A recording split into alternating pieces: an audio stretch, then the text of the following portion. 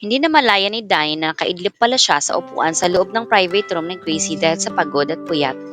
Matapos kasing ibaba ng medics mula sa ambulance, ang dalaga ay dinala kaagad ito sa operating room kung saan nalapatan ng lunas ang napiktuhan nitong buto sa tuhod. The doctors instructed him to get a room for her para kapag natapos ang operasyon ay doon ito dadalhin para sa recovery. Ginamit niya ang sariling pera na itatabi para sa inuupahang studio type apartment 32 sa Quezon City at ang perang ipapadala para sa kapatid na magti-training sa barko dahil nais ng isang staff member na nakatalaga sa admission office na mag-deposit siya ng may kalaking halaga para sa pribadong kwarto ng dalaga. Ayaw naman niyang gamitin ang nakitang pera sa pitaka ng pasyente dahil wala iyon sa ugali niya. Ngunit ang mga impormasyon na kinakailangan niya para sa admission paper ay nakuha niya mula sa organisadong gamit nito. Excuse me? Isang baritonong tinig ang gumising sa kanya. Sino ka? Anong ginagawa mo rito sa kwarto ng anak ko? Tanong nito. Upungas-pungas na tumayo ang binata at nagpakilala sa ama ni Gracie. Ilalahad pa lang sana niya rito ang mga pangyayari ng may pumasok na babae na kinukuha niya ay ang siyang ina ng dalaga. May kasama itong lalaki na tila alumpit sa pakipagbulungan dito. What? Gulang na tanong ng ginang. Gregorio, si Ruel yata ang dahilan kung bakit nadisgrasya ang anak mo. Sabi nito habang nakataas ang kilay patungkol sa binata na kanina lang ay umaalalay rito. Kalimutan na natin ang nangyari, magpasalamat na lang tayo at buhay ang anak natin. Sagot ng Ginoo sa asawa, sabay iwas ang tingin. Anong ibig mo sabihin na kalimutan? Gulat na tanong nito. Iwinasiwas lang ni Mr. Gregorio Simeon ang kamay para ipaalam dito na ayaw na nitong pag-usapan pa ang mga nangyari na kinasangkutan ng anak. Naiiling na napatingin sa kanya si Mrs. Agata Simeon na nang makita siya ay tila naglaho ang mga suliranin na kanina lang ay nakapinta sa mukha nito. And who you are, young man? Baling nito kay Danny. Nagpakilala siya sa babae at dito niya sinabi ang mga pangyayari. Mababaka sa mukha ng ginaang tunay na pasasalamat nito sa kanya. Mula sa kung saan ay nabutan siya ni Rowell ng ilang tig-1,000 piso. Pasasalamat daw para sa kabayanihan at ipinakita niya at inaasahan ng mga ito na hindi na siya babalik pa. Mabuti na raw na ang magisna ng kasintang si Gracie ay ang mga taong kilala lamang rito para hindi mag-hysteria. Hindi tinanggap ni Danny ang pera at nakipagsukatan siya ng tingin sa lalaki. Kung ang pagbabasihan ng paghuhusga niya sa pagkatao nito ay ayon sa mga usapan kanina ng matatanda ay masasapak niya ang binata dahil ito pala ang dahilan kung bakit nadisgrasya ang babaeng tinulungan niya ng nakaraang gabi. Sa sandaling magkasama sila ni Gracie kahit na hindi malinaw ang takbo ng isip nito ay may sakit na nararamdaman ay nakagaanan niya ito ng loob. He knew there was a connection between the two of them. Si Gracie ay isang babae na dapat lamang alagaan at proteksyonan sa abot ng makakaya ng isang lalaki. Anong klaseng pag-aaway ang namagitan sa dalawa para humantong ito sa isang aksidente na buhay nito mismo ang nakataya? Salamat na lang pare, pero hindi ko pinababayaran ang ginawa kong pagtulong kay Gracie. Saad ni Danny. Gracie? Tanong nito na sinamahan pa ng pagtataas ng kilay at nakakainsultong ngiti. Ano naman ang gustong palabasin ng mukhang hilaw na bangus na ito at ganun ang tono niya sa kanya? Na para bang wala siyang nakarapatan na tawagin sa pangalan ang babaeng sinagip niya. Na para bang panlabas lang ang pagtulong ginagawa niya at sa kalaunan ay hingi siya ng pabuwaya. Mawawalang galang na po, tawag niya sa ina ng dalaga.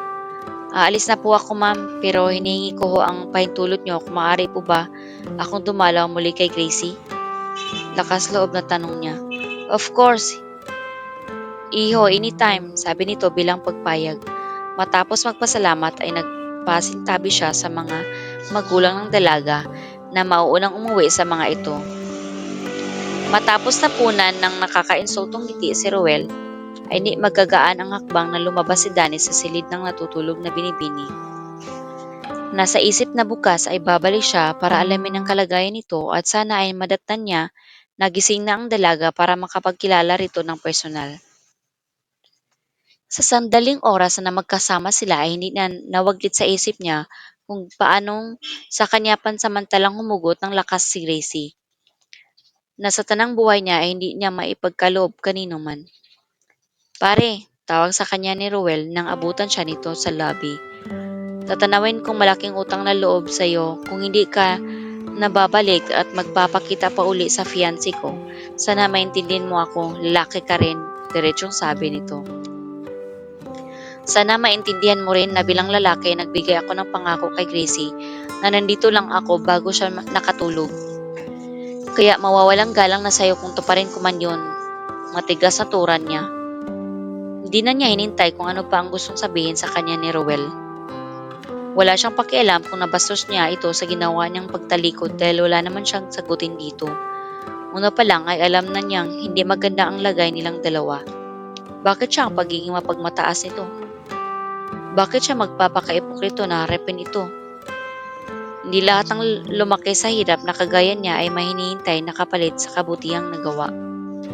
Ang ipamukha sa kanya ni Rowell kanina na babayaran ang pagtulong niya ay isang insultong pahapyaw na ibinato nito sa kanya.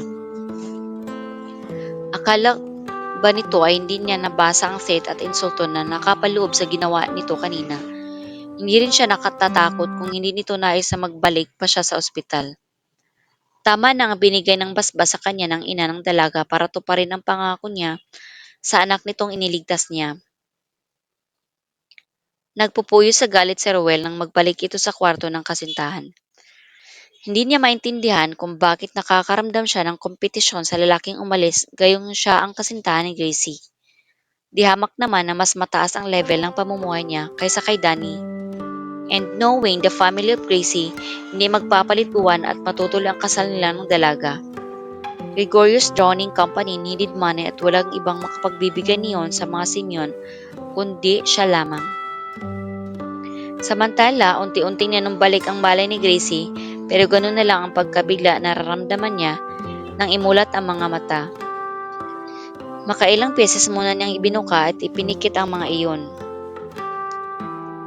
Hanggang sa sumaklob sa kanyang diwa ang realization na may depekto ang paningin niya.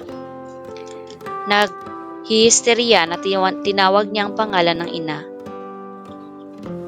Kaagad namang dumulong ang ginang na tawag ng anak at nang mapagtanto na may iba pa siyang tinamong diferensya mula sa aksidente ay nakiisa ito sa pag-iyak. Si Ruel na nakasaksi sa nangyayari sa mag-ina ay napapalatak at napailing ng malaman na hindi makaaninag ng wasto ng ang kasintahan. Kaagad itong nagpatawag ng doktor sa nurse station para ma-check ang kalagayan ni Gracie. Mami, I'm blind. Sigaw ng dalaga sa ina kahit na nasa tabi niya lang ito. Hush baby hush, it will be all right anak. We will find the best doctors para tingnan ang mga mata mo. Lumapit si Ruel sa mag-ina nang makita nitong naghiwalay sa pagkakayakap ang dalawa. Dinaman nito ang pasa sa pisngi ng kasintahan na sanhi ng malakas na pagtama ng mukha nito sa manibela. Sa mahinang tinig ay ginawa nito ang atensyon niya at humingi ng kapatawaran. Kung para sa dinatnan ni Gracie na malaswang tagpo sa pad nito o para sa sinapit niyang pagkabulag sanhi ng aksidente, ay hindi na mahalaga kung ano ang mas tamang rason ng paghingi nito ng paumanhin. I don't want you here, Rowell, matigas sa sabi nang marinig ang boses nito. Napailing ang binata sa mga katagang narinig mula sa nobya, hindi ito pasisindak sa kanya at hindi rin papayat na itabo niya nung ganun na lamang. Batid nitong naguguluhan lamang siya sa kanyang sitwasyon ngayon, kaya malamig ang pakikitungo niya rito. Hindi ito papayag na iyon ang maging dahilan para tuluyang lumayo rito ang loob ng kasintahan. They can start over at pwede nilang kalimutan ang insidenteng dinatan niya sa condominium unit nito. Yun nga lang, kailangan nitong malaman if Gracie will recover completely from the accident because he doesn't want a blind woman for a wife. I said I don't want you here. Please, Mom, make him leave. Pagsusumamo ng dalaga sa ina. Please, Ruel, bumalik ka na lang sa ibang pagkakataon. Baka makasama kay Gracie ang sobrang emosyon. Saad ng ginang. Okay, Gracie, I'll leave for the meantime pero babalik ako. Kahit wag na, hindi ko kailangan ng dalaw mo. Galit na turan niya. Naguguluhang napatingin sa galit na may anak si Mrs. Simeon. Naisa na nitong mag-usisa kung bakit gano'n na lang ang pagtataboy niya sa kanyang kasintahan. Anak, patawarin mo na si Ruel. It must just be a small misunderstanding. Apila ng ginang matapos lang iwan ng lalaki at ng mga doktor at nurses na tumingin sa dagdag na karamdaman ng anak. Hindi umimik si Gracie dahil hanggang sa ngayon ay hindi niya alam kung paano sasabihin sa mga magulang, lalo na sa ina na ang pinaka-pipitagan ng mga itong lalaki para pakasalan niya ito at nahuli niya na sa sakadungan ng ibang babae. Hindi siya maaaring magkamali sa nasaksihang tagpo dahil kita ng sarili niyang mga mata ang eksena. Mga mata niya nakakaranas ng sobrang liwanag at sobrang dilim sa kasalukuyan. Maiba ako, Gracie, nandito kanina yung taong tumulong sa'yo na maaksidente ka. Lahad ng matandang babae. Danny? Mahinang sambit ng dalaga sa pangalan ng estranghero na naging gabay niya panandalian. Oo anak, Danny raw ang pangalan niya at babalik siya bukas para bisitahin ka. Mukhang mabait ang binatang yun. No wonder sa dinami-dami ng taong nasa kalsada, noon ay siya ang unang tumulong sa'yo. Baliwalang kwento nito. Mula sa narinig na paglalahad ng ginang ay ginanahanan si Gracie. Nawala sa kanyang isip ang pagpansamantala niyang soliranin na bumabalot sa kanya sa pagkawala ng ilang porsyento ng kanyang paningin. Gumaan ang kanina lang ay nanakit niyang katawan at pakiramdam. Nais niyang magbukas na para makita kahit malabo ang hitsura ng lalaking laman ng kanyang isipan. Mommy, do I look okay? Maya-maya ay tanong niya. Sa lahat ng taong naaksidente na nakita ko, ikaw ang nangingibabaw pa rin ang kagandahan, anak. I'm not saying that because I'm your mother. I'm simply stating a fact. Kahit nakakaspa ang isang paa mo. Nakangiting sagot nito. Sa sinabi ng ina ay napagpalubag ang kaluban niya. At least kapag bumalik si Danny bukas, maayos naman kahit papano. Ang makikita nitong anyo niya. Gusto niyang makausap ang binata at personal itong pasalamatan sa ginawa nitong pagtulong at sa hindi nito pag-iwan sa kanya. Lubos ang nararamdaman niyang pasasalamat para rito. Isa pa kahit malabo ang paningin ay gusto niyang maaninag muli ang hitsura nito para alamin kung ang nakita ba niyang malangil na hitsura nito ang nagdaang gabi ay totoo at hindi lamang bunga ng kanyang imahinasyon. The book good looks, anak, sabi ni Mrs. Simeon. The boy got looks, anak, sabi ni Mrs. Simeon. Matapos ibigay sa kanya ang platito na naglalaman ng mga hiwa ng mansanas. Ma'am? Alanganing tanong niya. Nabanggit ko lang iba-iba naman tayo ng opinyon. Baka lang kasi interesado kang malaman ang hitsura niya. Anitong nagkibit balikat. Gracie knew that her mother was not easily enamored by someone else's appearance. Dahil ang tanging lalaking pinag-ukulan nito ng pansin ay ang kanyang ama na dihamak namang magandang lalaki. Na kahit hanggang ngayon ay may mga babae pa ring umaaligid dito pero ang ina lamang ang may hawak sa puso nito. Ni minsan hindi niya nabalataan o nahimigan man lang na ang ama ay may ibang babae. Pinag-uukulan ng tingin. Her dad was ever faithful to his wife. Isang bagay na wala kay Ruel. Dahil sa nasa isip na kasintahan ay nakaramdam siya ng sakit sa ulo. Matapos makalahati ang ibinigay ng mansana sa kanya ng ina ay bumalik niya siya sa paghiga. Nais niyang ipahinga ang isip mula sa realidad ng buhay. Mas gusto pa niyang ipikit ang mga mata at pantasiyahin ang pangyayari kung saan sa saglit na oras ay nakasama niya ang lalaking nagbibigay ng lakas ng loob sa kanya para lumabang mabuhay. Dahil kung siya lang, mas ginusto na lang niya ang lumakad sa kuweba ng liwanag. Ma'am, I want to sleep again. Hindi ba masama yun? Tanong niya sa ina. Wala naman anak, lalo na't nagpapagaling ka. Don't worry, I will ask for the best doctor for your eyes. I know this is too much for you, but I'm sure you'll get through this.